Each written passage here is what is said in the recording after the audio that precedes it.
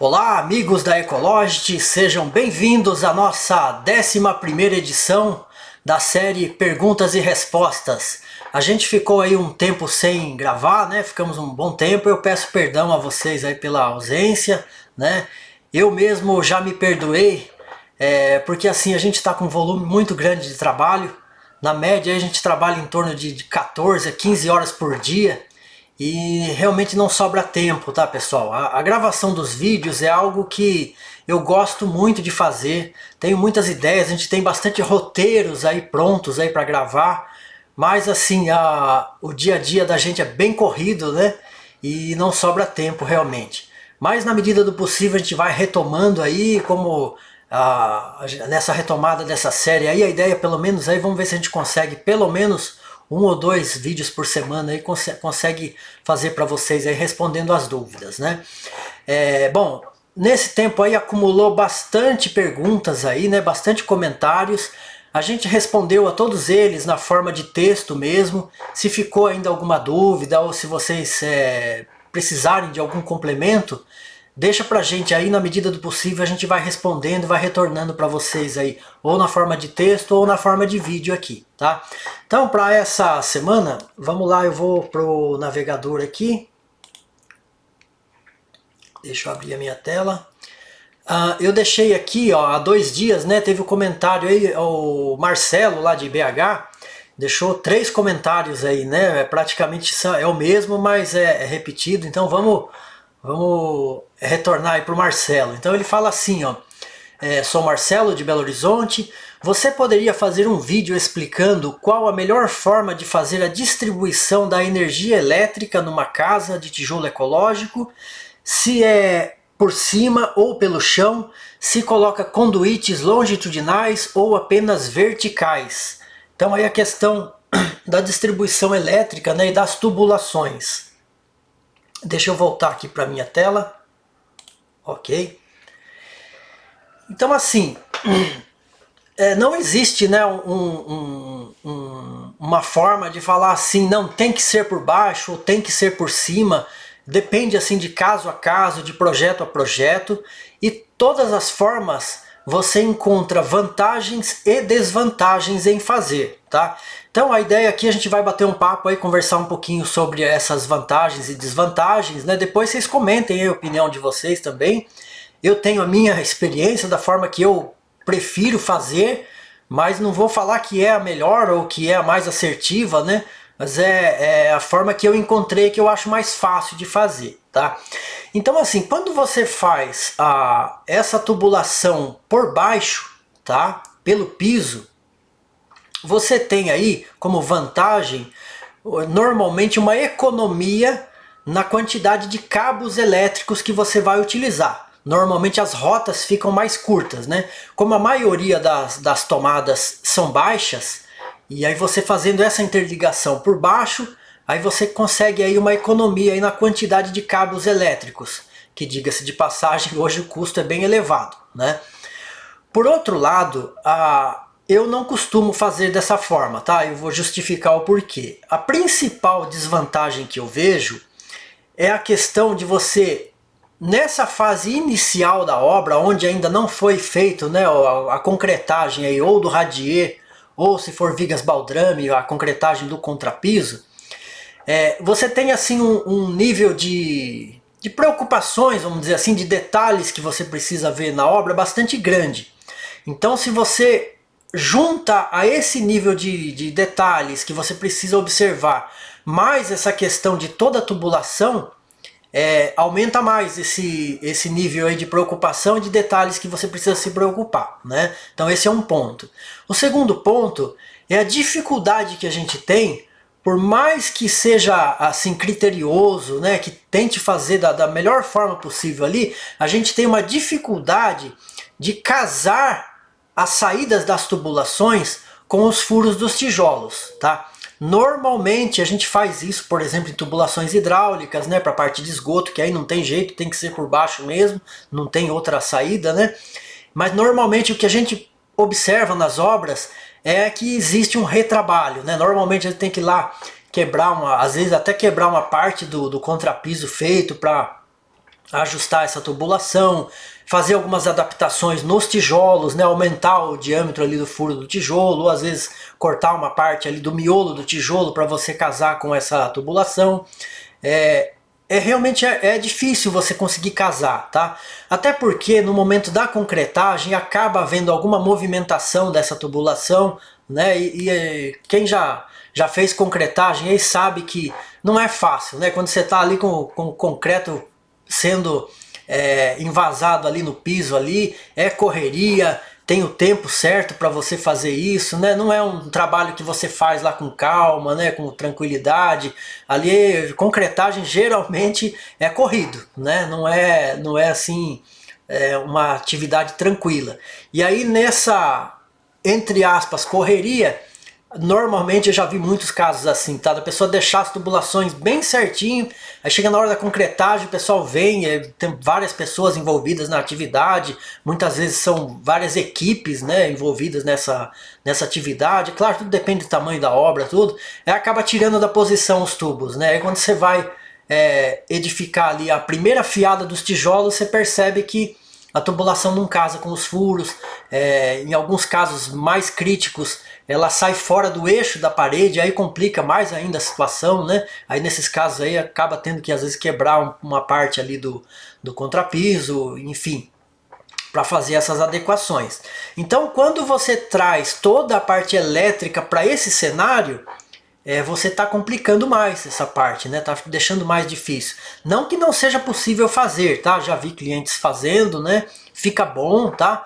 Mas tem esse nível de dificuldade maior. Então, eu, Agnaldo, né, particularmente, eu prefiro não fazer dessa forma. Eu acho mais fácil fazer de outra forma, que eu vou comentar com vocês. Agora, pontos de atenção, tá? Se você tem a chegada da energia na edificação subterrânea, então pelo menos a entrada de energia, com certeza você vai ter que deixar ela preparada aí, chegando até o local onde você vai colocar lá um quadro de distribuição, né? Então essa tubulação precisa estar pronta.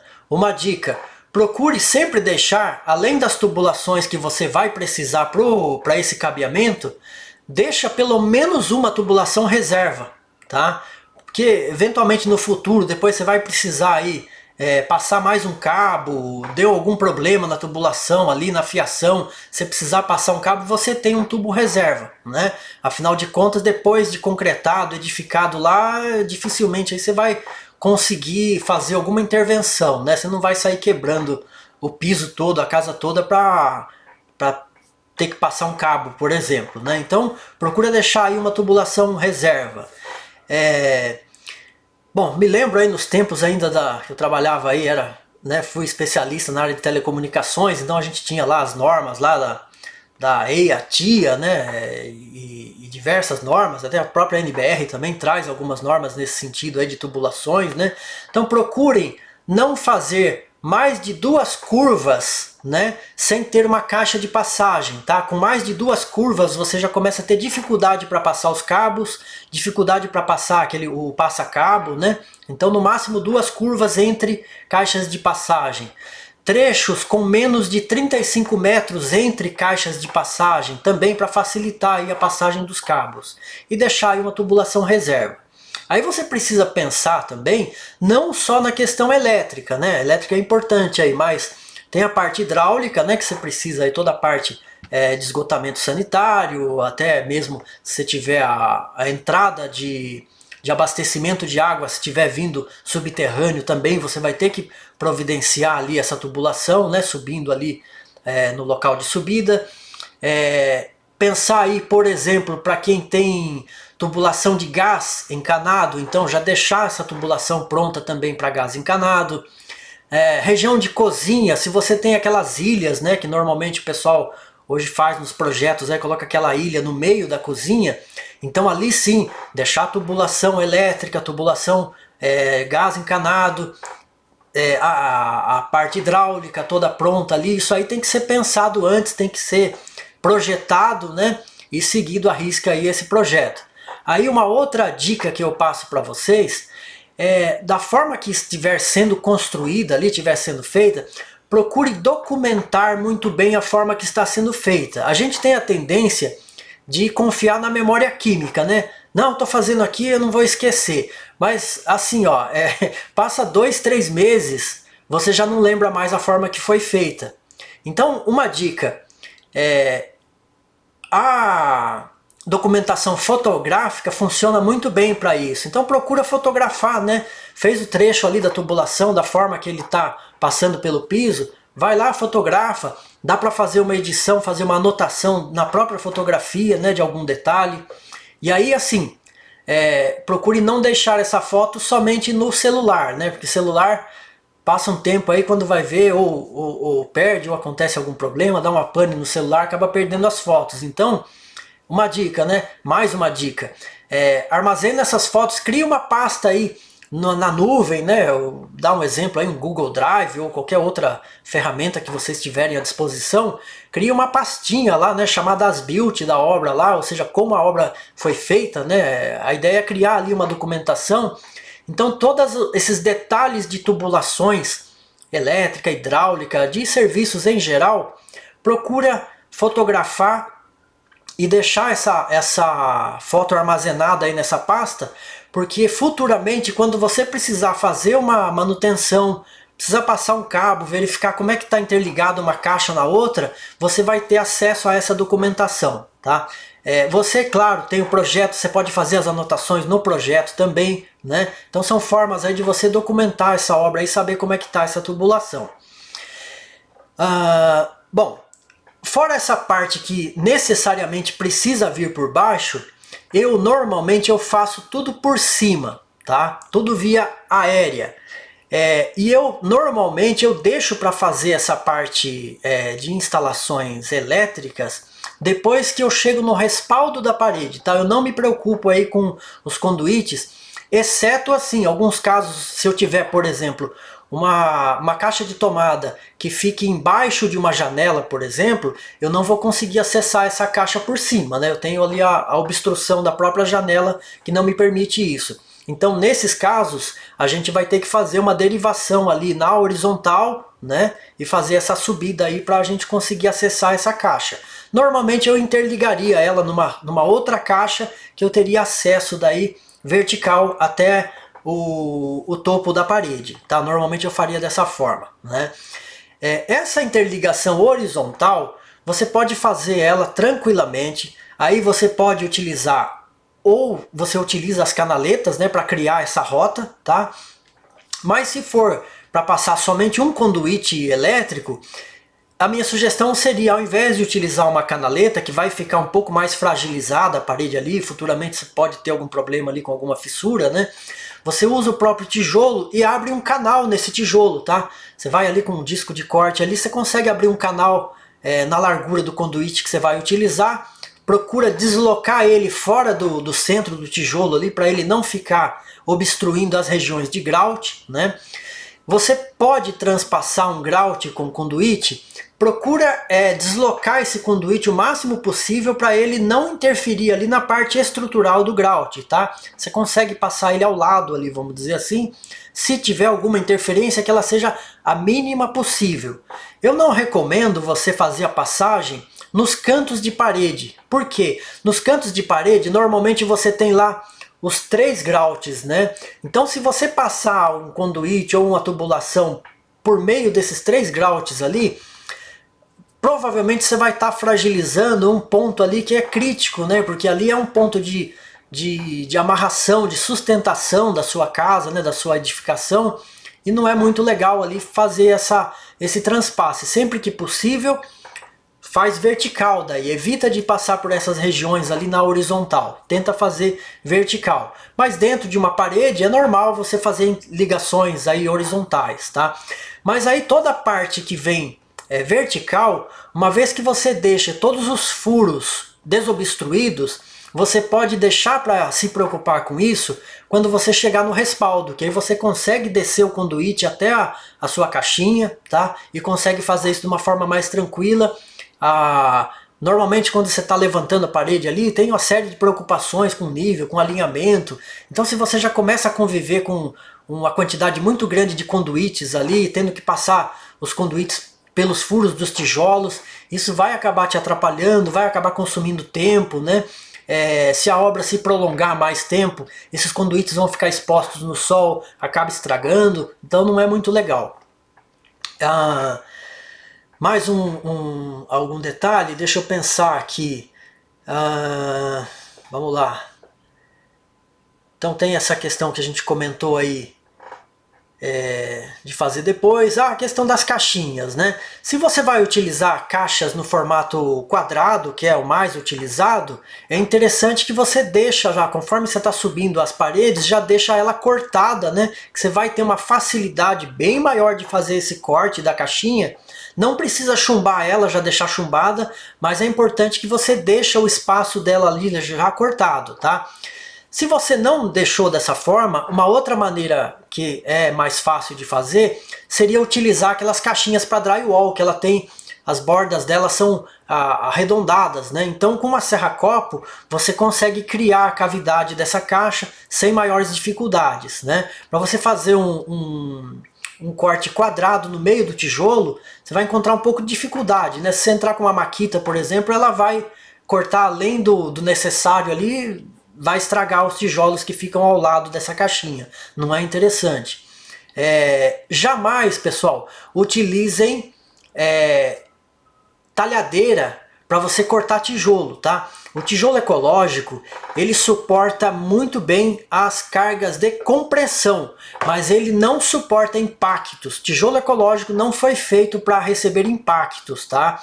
Então assim, até mesmo o pessoal faz teste de tijolo aí batendo um tijolo no outro para mostrar que o tijolo está forte. Não é essa a ideia, tá? O tijolo ecológico, a concepção dele não é para resistir impactos, né, batidas, tá? A ideia dele é resistir forças de compressão. Ele aguenta forças de compressão, deve suportar, né, forças de compressão, mas a ideia não é que ele suporte impacto. Então pensar em fazer um corte, por exemplo, com um martelo, né, uma marreta, uma talhadeira, você vai acabar trincando todos os tijolos, tá? Vai acabar estragando, não dá certo, tá bom? Tem que ser realmente uma ferramenta de corte. Aí pode ser, né, uma broca de vidia, né, um disco de corte, e aí entra essa dificuldade. Aí se você for fazer a caixinha quadrada, depois da parede pronta, você tem mais dificuldade. Aí já essa caixinha de drywall, que ela é redonda, você consegue fazer ela na serra-copo, aí tem mais facilidade, tá? Então basicamente as dicas aí de tubulação seriam essas, né? Realmente tem que planejar bem, tá? Fazer o projeto direitinho aí, com todos os serviços. Tem a parte aí hoje, né, de telecomunicações, a parte, normalmente as abordagens com a fibra ótica, né? Então deixar essa tubulação pronta, chegando até ali onde você vai ter lá um quadro de distribuição, né? Pensar em tudo isso ajuda, né? Porque se você deixa para ver todos esses detalhes aí depois que as paredes já estão levantadas, né? E de repente você teria que ter feito uma abordagem subterrânea, né? Vindo por baixo, aí você já não vai ter mais essa oportunidade, teria que fazer aéreo daí, né?